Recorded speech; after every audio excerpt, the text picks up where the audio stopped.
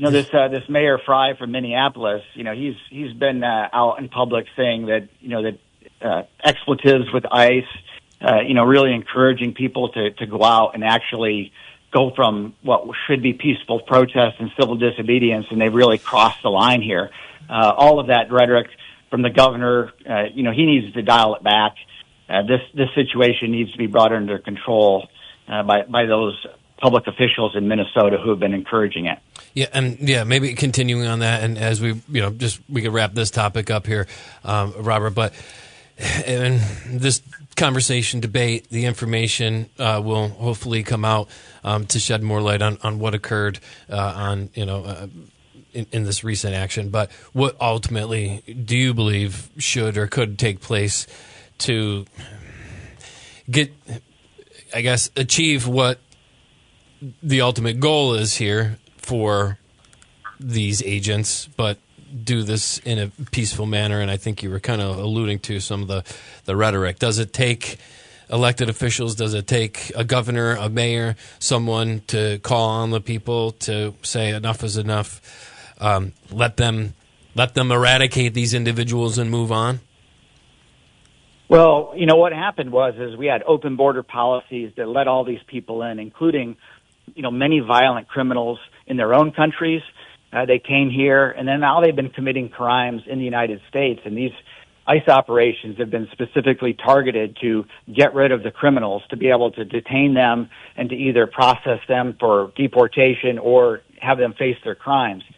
And unfortunately, in Minneapolis, which has a very, long history of what I would call anti-federal operations, they've done so much in the last several years that the people there have gotten used to lawlessness. And in fact, the riots that happened in Minneapolis are indicative of that. The fraud that's been happening in the Somali community in Minneapolis.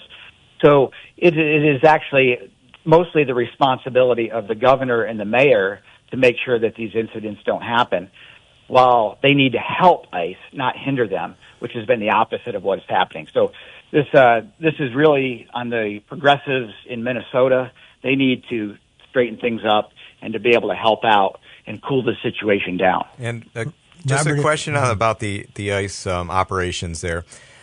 God forbid another person tragically loses their life like this. I do believe that from the perspective of the mayor and governor, by still encouraging people to go down there, I think while these federal operations are undergoing, I think you're increasing the threat that another situation like this is going to happen again.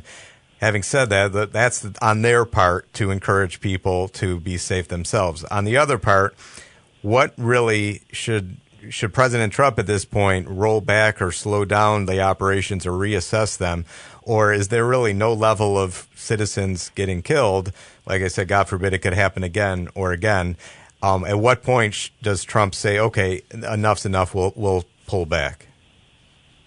Well, I think they're at that point already. The operations have been very successful, and they're looking at other cities to be able to do the same thing. If you notice, these are all heavily blue Democrat cities where these are happening, where these sanctuary cities have really gotten out of control. And, the ICE agents, the federal government is going in and being able to enforce federal law here. The states, those states, they need to help, not hinder these operations. It's quite clear that this is an issue that's happened again and again. And it's actually what the people voted for in the last election. So we need to, the states that are not helping the federal government need to do so, including New York. Well, this is all the consequences of the open border policies of the Biden administration, when we had millions of people allowed into this country illegally. And it's really, we have to be a nation of laws. We have to enforce the laws. And in this case, ICE is doing their jobs, and the state of Minnesota needs to help them, not hinder them.